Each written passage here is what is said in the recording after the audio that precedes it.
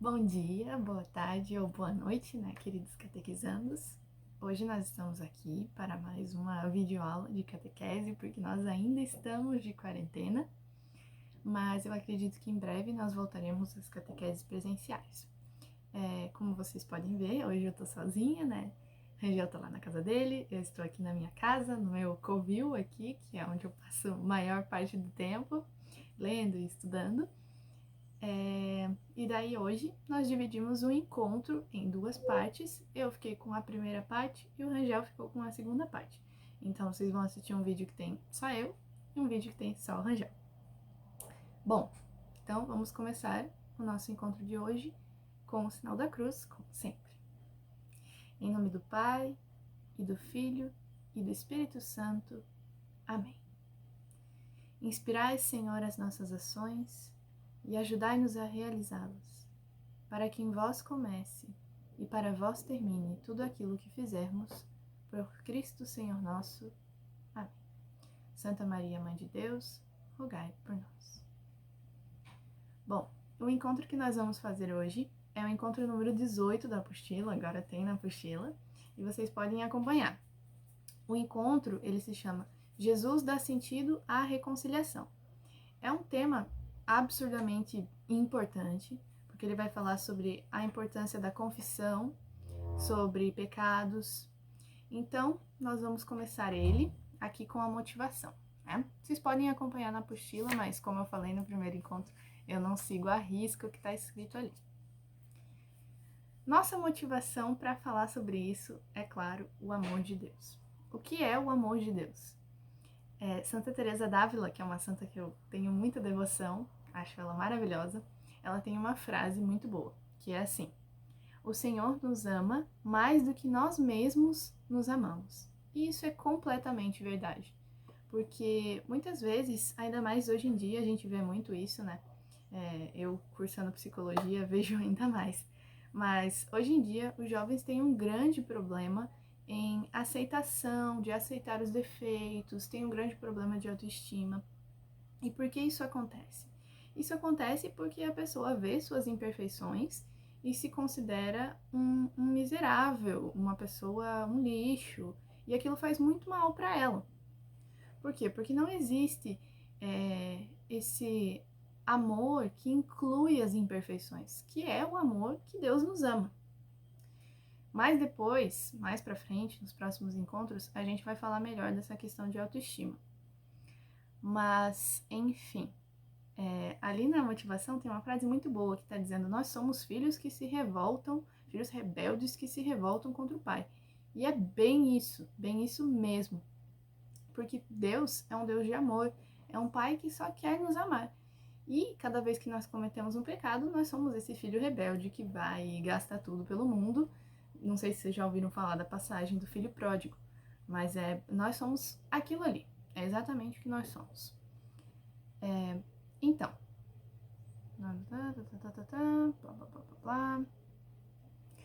o verdadeiro amor é Deus. E por que eu digo isso? Porque Deus, ele é amor, ele é o amor.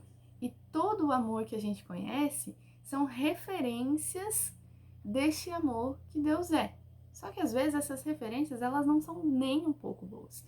E o amor que a gente vai construindo, vendo as outras pessoas, o amor que a gente acha que sente pelas outras pessoas, ou que as pessoas acham que sentem pela gente, talvez vocês já tenham tido a experiência de, sei lá, um amigo dizer: nossa, te amo, meu melhor amigo para sempre, e hoje nem se falam mais. Por quê? Porque é um amor imperfeito. E o amor de Deus é perfeito, porque ele mesmo é o amor. Por exemplo, um amor verdadeiro, ele vai olhar para as suas imperfeições e vai te amar mesmo com as suas imperfeições.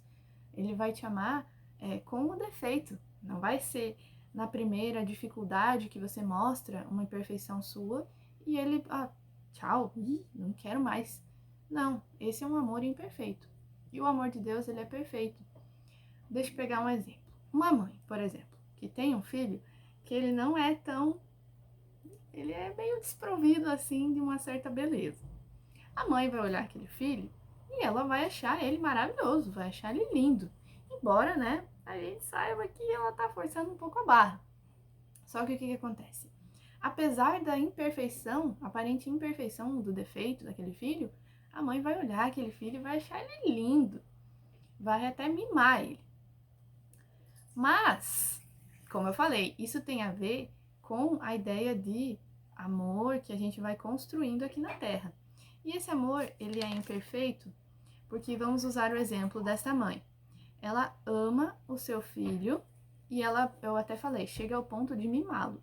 E todo mundo aqui sabe que mimar o filho não dá muito certo. Chega uma hora que vai se jogar no mercado querendo chocolate e a mãe pode passar a mão na cabeça e mesmo assim, né, continuar amando o filho dessa forma. Acontece que Deus não faz isso com a gente. Nós somos sim uma criança mimada, birrenta, que se joga no chão brigando com Deus. Nós somos assim.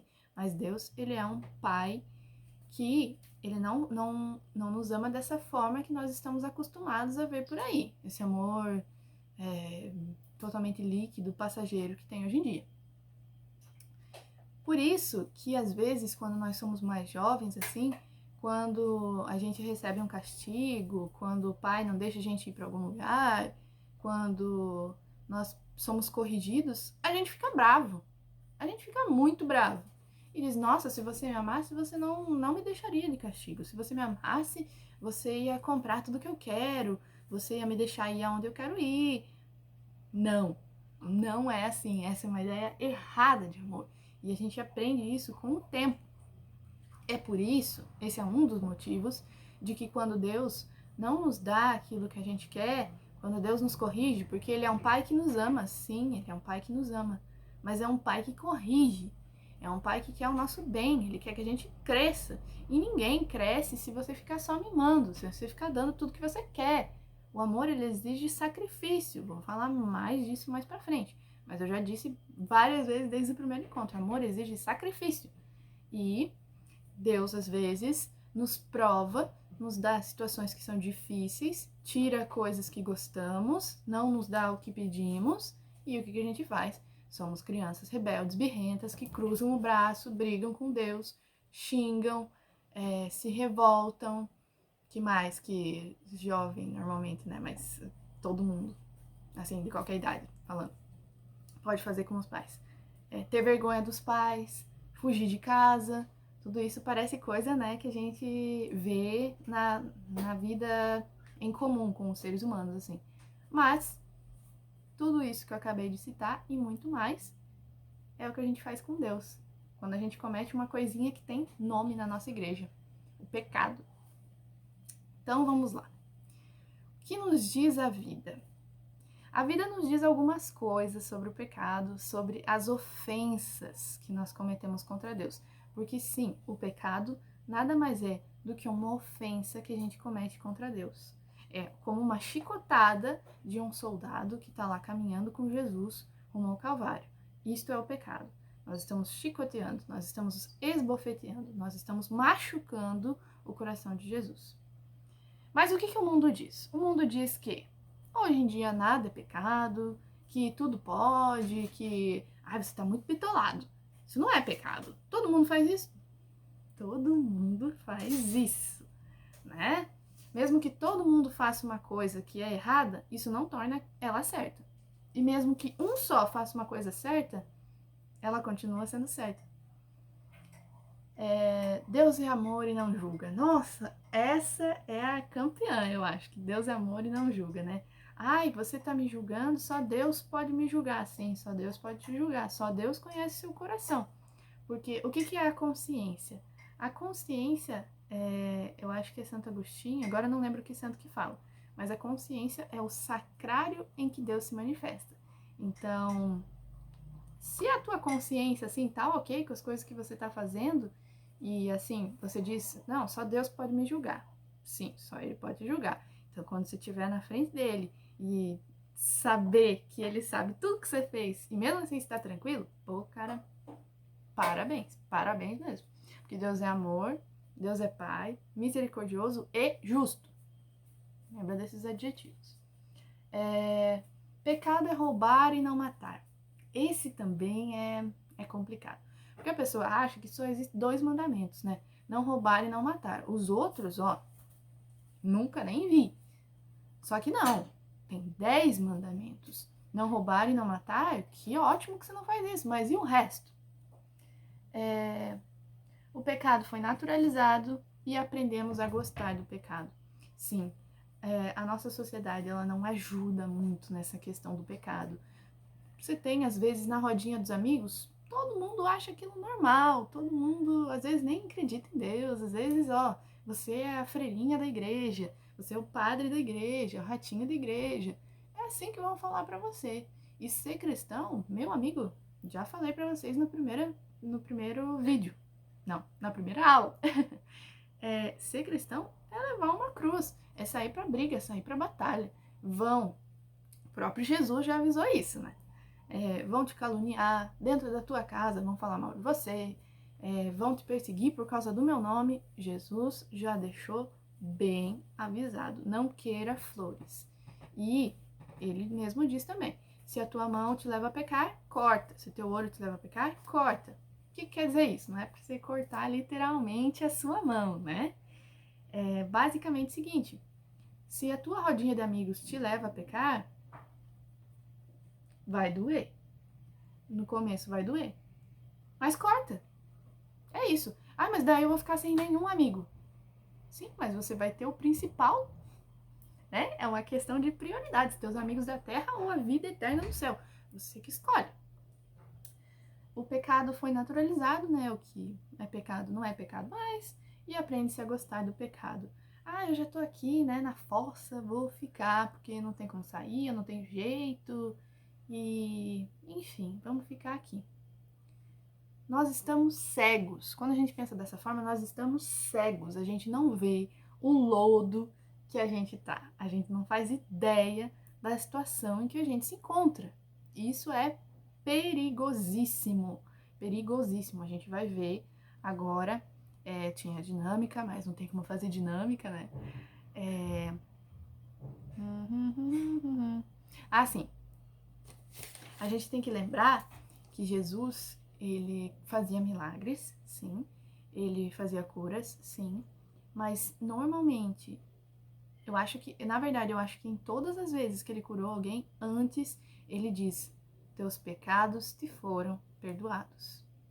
Tanto que quando, não sei se vocês conhecem essa passagem, mas quando o paralítico, né, que Jesus estava lá, né, falando com a multidão, e tinha um paralítico que queria a cura, e os amigos desse paralítico, vendo que não tinha como passar pela multidão, abriram um buraco no teto e colocaram ele pelo teto na frente de Jesus.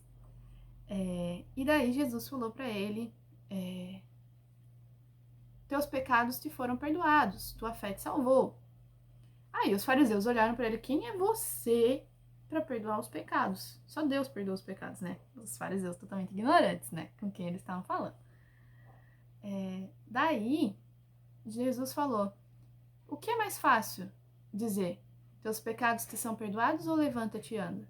Aí ele olhou pro paralítico e falou: levanta-te e anda. Então, primeiro ele fez a cura na alma e depois a cura física. Jesus nunca desmerece o pecado. Ele nunca diz: ah, você está curado. O pecado, deixa o pecado para lá. Jesus não diz isso. Ele cura tanto na alma quanto fisicamente. Às vezes não tem nem a cura física, mas tem a cura na alma. Então agora eu vou especificar pecados. Claro que é impossível eu falar aqui todas as formas de machucar Jesus que nós conseguimos fazer, nós miseráveis conseguimos fazer, porque existem muitas formas, existem uma infinidade de pecados. E os pecados, eles diferem de alguma forma. E é essa diferença que eu vou explicar para vocês agora. Talvez vocês nunca tenham ouvido falar disso, porque realmente é uma coisa que várias vezes as pessoas passam por cima. A primeira confissão que a gente faz, né, que é a confissão antes da primeira comunhão, é uma confissão que o padre deve achar muito bonitinho. É muito bonitinho. Padre, eu briguei com a minha mãe e eu falei mal do meu irmão. Deve ser assim. E é bonitinho mesmo, porque não que o pecado seja bonitinho, mas é bonitinho o esforço da criança ir lá, né, pedir perdão. Na inocência de criança, claro que tem criança que já é um problema desde pequenininho, né, nessa questão do pecado, mas essa inocência, né? O problema é quando isso se repete quando a criança já tem 40 anos de idade. Ela não sabe se confessar direito. E tem muita gente que não sabe se confessar direito. E, gente, é um sacramento. É o sacramento que basicamente nos dá o perdão de Deus e nos conduz ao céu. Porque nós vamos pecar até o fim da nossa vida. Isso é certeza, porque nós somos pecadores. Nós já nascemos com o pecado original, que ele é tirado no batismo. Agora, gente, a gente precisa valorizar a confissão e entender a grandeza do presente que Deus nos deu. Então, eu vou explicar para vocês e do fundo do meu coração eu peço que vocês busquem entender isso. Tem muitos vídeos na internet explicando isso. Tem o Padre Leonardo, que eu gosto muito. Tem o Padre Paulo, que... eu sou fã do Padre Paulo. Vocês vão me ouvir falar muito do Padre Paulo ainda. E é claro, o Catecismo da Igreja Católica, que eu já falei, na própria Bíblia, na própria palavra, Jesus explicita os pecados. Então, vamos procurar entender de coração, tá? Porque não sou eu que estou dizendo isso, não é o padre da igreja que está dizendo isso, não é nem o Papa que está dizendo isso, é Jesus Cristo, tá? Entende isso? É a igreja que Jesus deixou. Então, entenda isso, põe vergonha na sua cara. Como diz Santa Catarina de Siena, né? Ser viril. Então vamos lá. Pecado mortal e pecado venial. Essa é a diferença que eu estava me referindo. Enquanto o pecado mortal, ele rompe totalmente a nossa relação com Deus, o nosso relacionamento com Deus, o pecado venial, ele não rompe totalmente essa ligação, mas ele balança, assim, ele enfraquece. Por exemplo, imagina a pior ofensa, a pior coisa que você pode fazer contra os teus pais. Pensa a pior coisa que você pode fazer com eles. Pensa no teu melhor amigo, nos teus melhores amigos. A pior coisa que você pode fazer com eles. A coisa que mais vai magoar eles, vai machucar o coração deles. E eles vão olhar pra vocês e... não tem como a gente continuar a ser amigos. Olha, não tem, olha o que você fez comigo, olha o que você fez, sei lá, você matou o pai do teu amigo, você contou o pior segredo dele. Não sei, pensa aí a pior coisa que você pode fazer. É isso que você faz, é isso que eu faço, é isso que todo mundo faz com Deus quando comete um pecado mortal. Santa Teresa d'Ávila, eu tô lendo um livro dela agora, um livro maravilhoso, que é este livro aqui, Castelo Interior. Esse livro aqui, ela recebeu uma visão de como era a nossa alma. E a nossa alma é como um castelo cheio de moradas, e no centro dessas moradas tem Deus. Então Deus, o reino de Deus, né, como o próprio Jesus fala, está dentro de nós. Santa Teresa, ela fala sobre o pecado mortal, que na página 22 que eu anotei, eu achei sensacional para elucidar o que eu tô querendo dizer. Que é Deus quando se comete um pecado mortal? Não há trevas mais densas, nem coisa tão escura e negra. A tudo excede em escuridão. Basta dizer que, estando no centro da alma, o sol, que é Deus, não lhe dava tanto resplendor e formosura, e como é se aí não estivera. Então Deus está lá no centro da alma, brilhando, chamando, conversando, mas as trevas do pecado mortal nublam tudo, escurecem tudo, colocam uma nuvem negra que impede Deus de se comunicar. E não é culpa dele, não é que ele não quer, porque ele quer, é culpa nossa, nós que colocamos essa nuvem negra ali.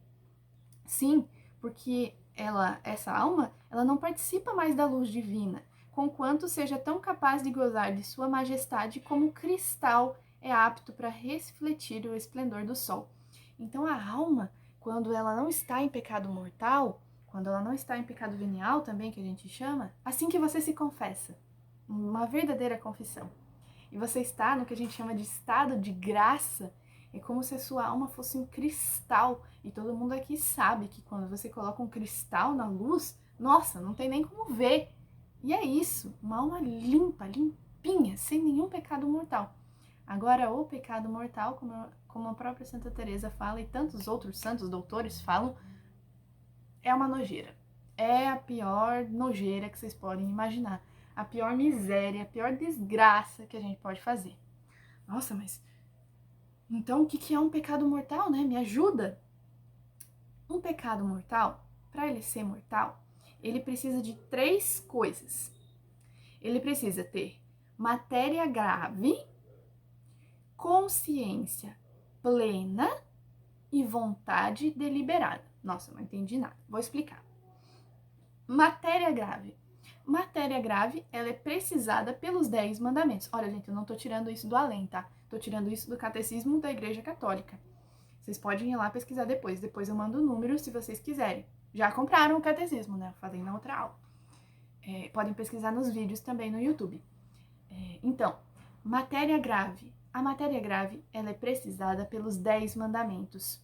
Então, se você comete, faz alguma coisa que vai contra os 10 mandamentos, você já tem uma matéria grave. Lembra dos 10 mandamentos, né? Então, vai lá, estuda os 10 mandamentos e vê o que cada um diz. A segunda coisa, para ser um pecado mortal, é que você tem que ter consciência plena. O que é a consciência plena? A nossa consciência, como eu já falei, ela é o sacrário onde Deus fala. A nossa consciência, ela aponta as atitudes que a gente toma. Vocês já ouviram falar, né? Pá, põe a mão na consciência. Ai, minha consciência tá pesando. Todo mundo já sabe disso. Todo mundo já foi dormir um dia pensando, pô, por que eu fui fazer aquilo, né? Isso é Deus falando com você, é a sua consciência falando com você. Ele fala no mais íntimo do nosso ser. E até mesmo o pecado mortal, ele grita na nossa consciência que ele é errado. As pessoas podem até fazer de tudo para dizer, ah, nem é. Ah, é bem menos isso. Mas no fundo do teu coração, você sabe que aquilo é errado. A gente até tem até alguns efeitos que nos mostram que aquilo é errado. Vou falar mais pra frente. Mas enfim, a consciência plena, então, é você saber que aquilo que você fez, que tem matéria grave, você sabe que aquilo é grave, você sabe que aquilo é errado. Aí você pode pensar, tá, mas eu posso não saber que aquilo é grave. Sim, a gente tem uma coisa que se chama consciência afetada e consciência invencível, né? Conhecimento invencível. O que quer dizer isso? Quer dizer que se você tá num lugar, tá numa sociedade, sei lá, vamos supor que existe um lugar onde nunca foi nenhum cristão lá. É uma tribo. Nunca foi nenhum cristão lá, pessoas nunca ouviram falar de Jesus, nunca ouviram falar da igreja. Não tem como elas saberem o que é pecado. Não tem como elas saberem o que é errado, o que é certo. Elas têm a própria criação delas, mas não tem essa moralidade assim. Então, aí elas não são culpáveis. Porque não tem como elas saber, não tem, é uma ignorância. Eu tinha errado as palavras. Não é consciência e vontade. É ignorância. Ignorância invencível, o nome disso. E tem a ignorância afetada. O que é ignorância afetada?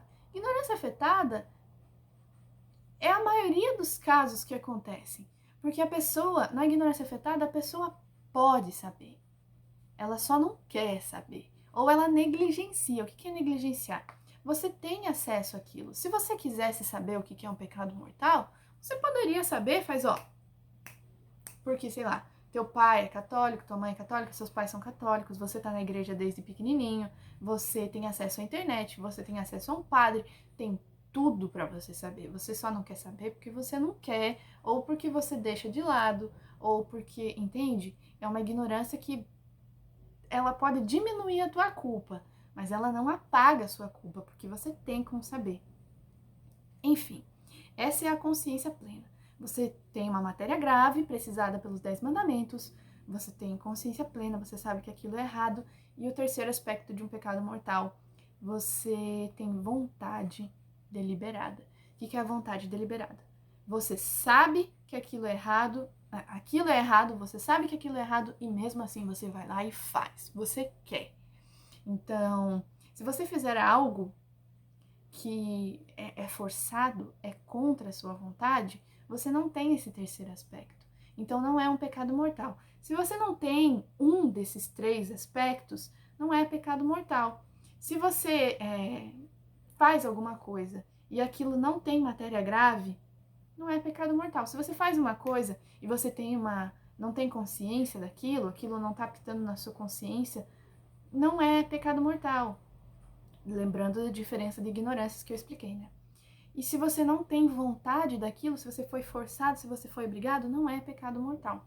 Agora, se tem esses três aspectos, é pecado mortal. E você rompeu totalmente a ligação que você tem com Deus. Um exemplo de pecado mortal. Pecados mortais que são muito comuns hoje em dia são pecados de impureza, pecados que têm a ver com a castidade. Por exemplo, o sexo fora do casamento. Hoje em dia é totalmente banalizado isso. Ninguém liga mais. Ninguém, quando eu digo, né? Vocês sabem que ninguém, eu não tô generalizando. Sempre tem alguém, os bons filhos de Deus. Mas a maioria das pessoas, hoje em dia, totalmente tanto faz. E é um pecado. O próprio Jesus fala, se você olhar para uma mulher desejando-a em seu coração, você já cometeu adultério com ela. O próprio Jesus falou isso. Então, né, é uma coisa inventada. Matéria grave, porque peca contra os 10 mandamentos, não desejarás a mulher do próximo, não cometerás adultério, não pecarás contra a castidade, tá lá nos mandamentos.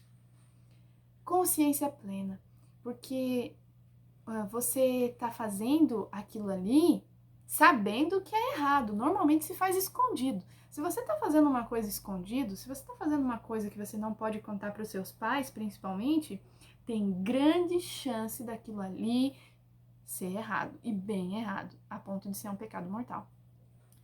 Então, normalmente, o pecado mortal você faz às escondidas, é uma coisa que você não quer contar, é uma coisa que... Ou se bem que hoje em dia, né, quanto mais pecador, assim, das piores coisas, mais bonito parece que é, né? O pessoal faz questão de mostrar no YouTube, faz questão de mostrar no Instagram, faz questão de contar pros amigos, né, se achando o maioral, ó, fiz isso aqui. Totalmente virado às avessas. A gente precisa ir contra isso. Você precisa ter coragem, você precisa reconhecer, não, isto é errado, isso que eu fiz machuca muito o coração de Deus. Eu peguei e fugi de casa, eu briguei com meu pai, Deus, eu fugi, eu gritei com ele. Tem que reconhecer isso, porque diferentemente do amor do amor imperfeito que a gente encontra na Terra, que muitas vezes não perdoa. Então lembra que eu falei no começo, você imagina a pior ofensa que você fez com o teu melhor amigo. Ele talvez não te perdoe, talvez ele nunca mais fale com você de novo, mas Deus não é assim. Se você reconheceu que você tem um pecado mortal, peça perdão a Deus, se arrependa, se confesse, e assim que você sair do confessionário, você está limpo. Olha que coisa linda. Gente, é magnífico isso. Você está limpo. Uma vida nova. Deus te acolhe, te recebe, te dá vestes novas. É o filho que volta, ele está ali, filho, sai dessa lama, sai desse pecado, sai dessa desgraça, dessa miséria e vem aqui comigo. É isso que Deus pede pra gente. Então, se você está num pecado mortal, procure o mais rápido possível uma confissão. Agora, nós estamos num tempo que é difícil de achar padres presenciais, né? Eu acredito que logo, logo já vai voltar as missas e as confissões com a glória de Deus. Então, assim que der, busque a confissão. Busque se limpar dos pecados mortais. Porque, segundo a tradição da igreja, se você morrer com um pecado mortal, acabou pra você. Você vai direto pro inferno. Claro que o único que pode julgar realmente no final é Deus. Talvez você se arrependa no último minuto, mas isso é tipo a questão do julgar. Só Deus sabe porque você está cometendo aquilo. Então, né, busque a confissão o mais rápido possível, assim que der. pelo menos pela Páscoa, né? Porque é um mandamento da igreja também. Se confessar pelo menos uma vez pela Páscoa do Senhor. A Páscoa tá chegando, se der para se confessar antes, corre! Qual que é a frequência da confissão? O Rangel vai falar melhor sobre como fazer uma boa confissão, sobre algumas dúvidas também sobre a confissão, mas qual que é a frequência? Alguns santos se confessavam todos os dias. Alguns santos se confessavam a cada semana. 15 em 15 dias, uma vez por mês é uma frequência muito legal, eu super recomendo. 15 em 15 dias também é bom se você estiver querendo se livrar de um pecado que é muito difícil, tipo, por exemplo, pornografia, que é um vício. Então, é uma pessoa que tem costume, virou mania roubar, virou mania mentir. É difícil para a pessoa sair, porque são vícios. Aí elas precisam se confessar com uma frequência um pouco maior. E o que é o pecado venial? Mais uma coisa. O pecado mortal, ele impede você de comungar. Se você tem pecado mortal, você não pode tomar a Santa Comunhão, porque é um sacrilégio muito grande. A comunhão é o corpo de Cristo. Cristo morreu na cruz e cada uma daquelas chicotadas, cada um daqueles ferimentos são os nossos pecados. Então ele vai lá e dá o corpo dele limpinho, perfeito. E você vai lá e vai tomar o sangue do Senhor, vai comer o corpo do Senhor sujo. Não faz o menor sentido, certo?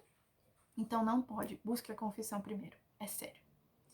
E o pecado venial? O pecado venial, como eu falei, ele, diferentemente do pecado mortal, que tem esses 3 aspectos, o pecado venial tem um só. Como, por exemplo, eu peguei sem pedir alguma coisa de alguém e não devolvi. Tem uma matéria grave porque você não contou para a pessoa, você pegou e não devolveu. Vamos supor, um livro da biblioteca. Você foi lá, pegou um livro da biblioteca escondido e você não devolveu. Você roubou aquele livro.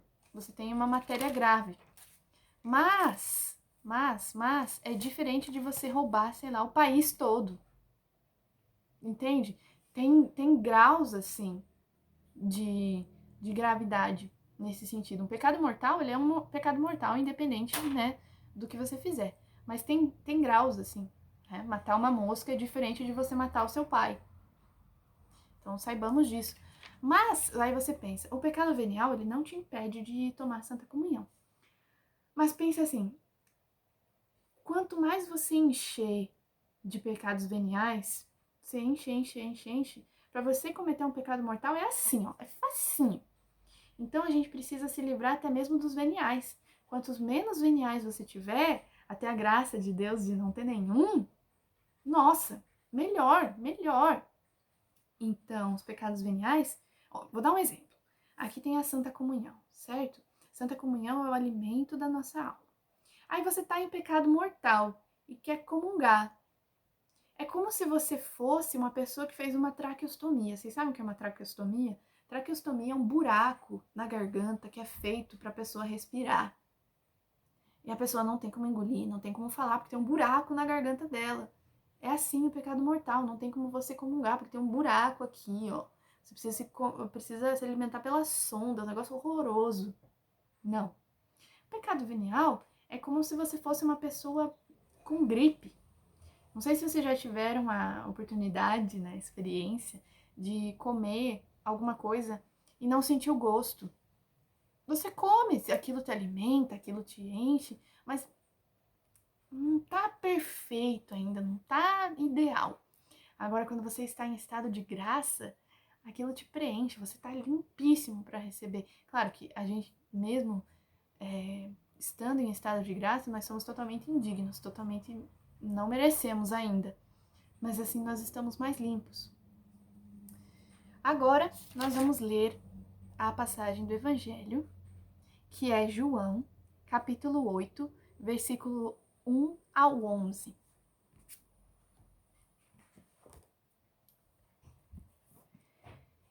Dirigiu-se Jesus para o Monte das Oliveiras. Ao romper da manhã, voltou ao templo e todo o povo veio com ele. Assentou-se e começou a ensinar. Os escribas e os fariseus trouxeram-lhe uma mulher que fora apanhada em adultério. Puseram-na no meio da multidão e disseram a Jesus: Mestre, agora esta mulher foi apanhada em adultério. Moisés nos mandou na lei que apedrejássemos tais mulheres. Que dizes tu sobre isso? Perguntavam a Jesus isso a fim de pô-lo à prova e poderem acusá-lo. Jesus, porém, se inclinou para a frente e escrevia com o dedo na terra. Como eles estavam insistindo, ergueu-se e disse-lhes: Quem de vós estiver sem pecado, seja o primeiro a lhe atirar a pedra. Inclinando-se novamente, escrevia na terra. A essas palavras, sentindo-se acusados pela sua própria consciência, eles se foram, retirando um por um até o último, a começar pelos mais idosos, de sorte que Jesus ficou sozinho com a mulher diante dele. Então, ele se ergueu e, vendo ali apenas a mulher, perguntou: Mulher, onde estão aqueles que te acusavam? Ninguém te condenou? E ela respondeu: Ninguém, Senhor. E Jesus então lhe disse: Nem eu te condeno. Vai e não tornes a pecar. Palavras do Senhor. Essa passagem ela é maravilhosa, como todas as passagens da Bíblia. Mas enfim, a gente vê qual que é a situação. Levaram uma pecadora para frente de Jesus para ver se Jesus ia apedrejá-la, se Jesus ia permitir que apedrejassem ela. Era tipo aquela arrogância. Olha essa pecadora aqui. O que a gente vai fazer com ela? Vamos levá-la para Jesus, porque queriam fazer de tudo para incriminar Jesus, né? Vamos ver o que Jesus vai falar, vamos tacar pedra nela. E Jesus majestosamente fala: aquele que não tem pecado, que atire a primeira pedra. E é bem isso, todos nós somos pecadores.